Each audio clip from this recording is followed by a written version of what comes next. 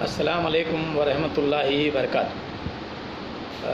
दोस्तों, जिस मुद्दे पर मैं आज लाइव आया हूँ वो है अयोध्या में कोरोना की एंट्री और 5 तारीख को होने वाला भूमि पूजन।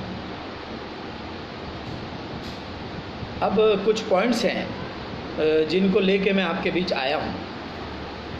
अब मीडिया में सारी रिपोर्ट्स आ गई हैं कि अयोध्या के एक मुख्य पुजारी को और 16 पुलिस वालों को कोरोना पॉजिटिव पाया गया। ठीक है, अब जो ICMR की गाइडलाइंस है, ICMR के जो गाइडलाइंस है वो गाइडलाइंस ये हैं कि जिस एरिया में कोरोना पॉजिटिव पाया जाता है वो एरिया 14 दिन के लिए सील हो जाता है और वहाँ जो लोग उन लोगों के कांटेक्ट में आए हैं उनको क्वारंटाइन कर दिया जाता है। ठीक है, अब मामला ये है कि जब कोरोना पॉजिटिव वहाँ केस निकल आए और मुख्य पुजारी को निकल आया तो जाहिर सी बात है जो भूमि पूजन का साइट है वो क्वारंटाइन हो जाना चाहिए 14 दिन के लिए, एक चीज़। और जितने भी वो पुजारी के टच में आए हुए लोग हैं उनको क्वारंटाइन होना चाहिए। योगी आदित्यनाथ भी वो उस पुजारी के कांटेक्ट में आए थे, उनको भी क्वारंटाइन होना चाहिए। तो 5 तारीख को ये भूमि पूजन नहीं हो सकता, 14 दिन वहाँ क्वारंटाइन करना चाहिए। तो आज से जब कल ये न्यूज़ निकली उसके बाद से 14 दिन के लिए वो एरिया सील्ड और क्वारंटाइन होना चाहिए, एक चीज़। दूसरी ICMR की गाइडलाइंस ये है कि 65 साल से जो ज़्यादा उम्र के लोग हैं वो ट्रैवल नहीं कर सकते। तो मोदी जी तो अभी 69 के हैं, मोहन भागवत भी 68 के हैं, अडवाणी जी 90 साल के हैं। तो ये जो गेस्ट लिस्ट बनी है उसमें जितने भी ये लोग हैं वो गाइडलाइंस के हिसाब से भी ट्रैवल नहीं कर सकते, लेकिन इसको भी ताक में रखा जा रहा है और इस प्रोग्राम को आगे चलाया जा रहा है। इसका रीज़न ये है कि इनको कोई राम में इंटरेस्ट नहीं है, क्योंकि राम तो जो वनवास काटे और उसके बाद लंका गए वो अपनी बीवी को सीता को छुड़ाने गए।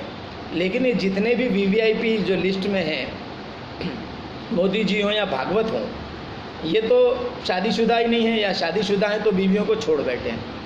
ये सारा का सारा प्रोपेगेंडा इसीलिए बनाया जा रहा है कि इनको बिहार इलेक्शन से मतलब है, इनको इलेक्शन में इंटरेस्ट है। ये सारा प्रोपेगेंडा बिहार इलेक्शन की तैयारी के लिए किया जा रहा है। इलेक्शन कमीशन ने कह दिया कि बिहार इलेक्शन अपने टाइम पे होंगे और आप रैलीज करें या हर चीज़ करें, लेकिन जो ICMR की गाइडलाइंस हैं वो क्या सिर्फ हम पे एप्लीकेबल हैं?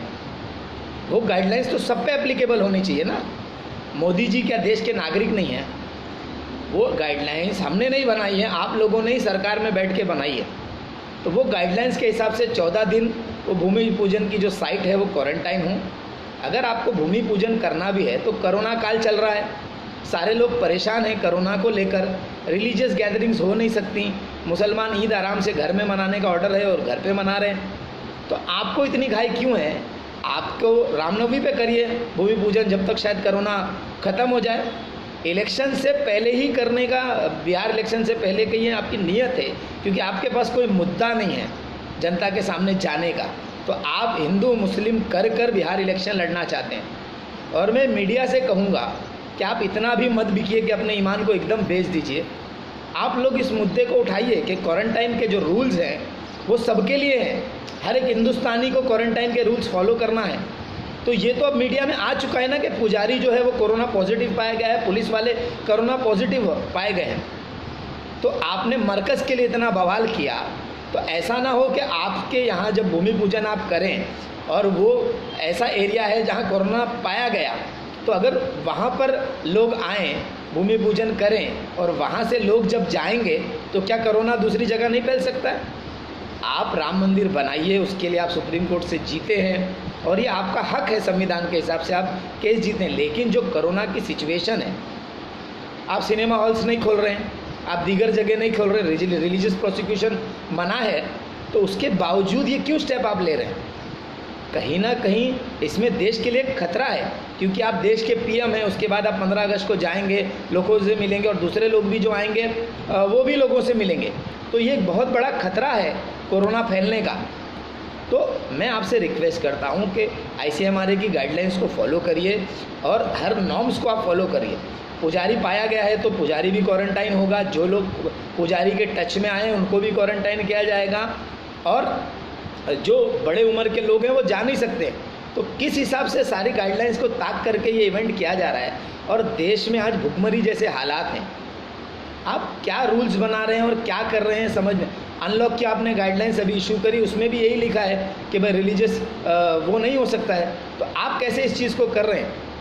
हम आपकी हर चीज़ मान रहे हैं, मुस्लिम समाज मान रहा है, क्या अयोध्या का फैसला आने के बाद कहीं मुस्लिम समाज ने आंदोलन किया या झगड़ा किया, कुछ नहीं, सुप्रीम कोर्ट के हर फैसले को मान रहा है। तो इसी तरह ICMR की गाइडलाइंस को भी आप मानिए, देश का मजाक मत बनाइए।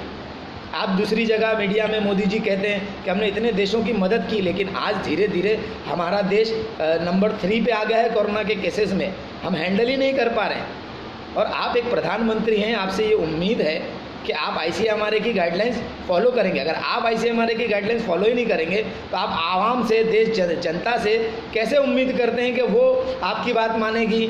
या फिर आप ये सारा बिहार इलेक्शन को लेके जो आप प्रोपेगेंडा चला रहे हैं, जनता इतनी बेवकूफ़ नहीं है, वो सब समझ गई है।